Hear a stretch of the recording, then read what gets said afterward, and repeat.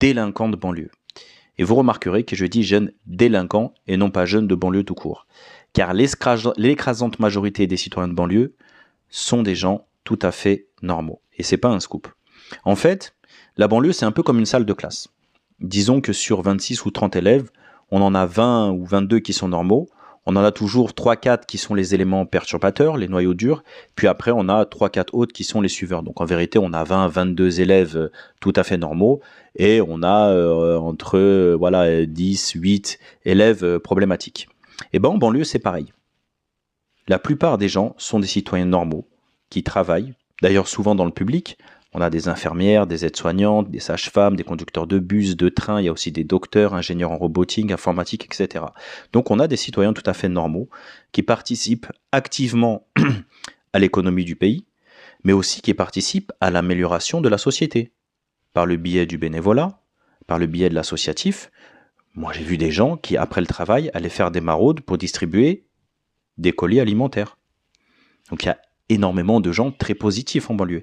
Et ça, c'est important de le souligner parce que les médias ont souvent tendance à généraliser et à présenter les gens de banlieue comme une espèce de tout homogène. Alors c'est non seulement faux, mais extrêmement simpliste. Donc je disais qu'on avait ces citoyens tout à fait normaux, puis on a ce noyau dur de jeunes délinquants. Alors après, effectivement, il y a un tas de causes qui peuvent mener un jeune à la délinquance, et même si c'est un sujet important, qui mériterait un long développement, c'est pas le sujet aujourd'hui. Donc on a ces jeunes délinquants, tout le monde sait de qui je parle. On en a tous croisé dans la rue, dans les transports. Outranciers, grossiers, agressifs. Vous voyez le genre de énergumène au fond du bus, musique à fond, pied sur le siège d'en face. Puis quand tu lui dis d'enlever la musique ou d'enlever ses pieds, il commence à t'embrouiller en t'insultant et puis en jurant sur Allah et sur le Coran, comme d'habitude, vous les connaissez. Alors que le gars fait tout le contraire de ce qui est écrit dans le Coran. Et ça encore, c'est quand il est seul.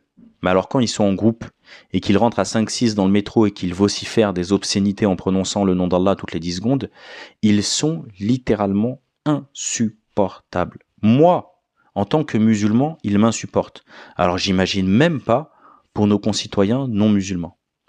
Vous voyez ce genre de jeunes, eux ils font énormément de mal. Plus que Zemmour, plus que Pascal Praud, plus que Bardella, plus que tous les islamophobes réunis. Eux, ils sont une des causes principales de la montée de l'islamophobie et du racisme, qui n'est pas forcément toujours un racisme au sens premier du terme, qui, je le rappelle, est de penser qu'une race est supérieure à une autre, qu'il y a une hiérarchie entre les races. Non, je dirais plutôt qu'il s'agit d'une aversion légitime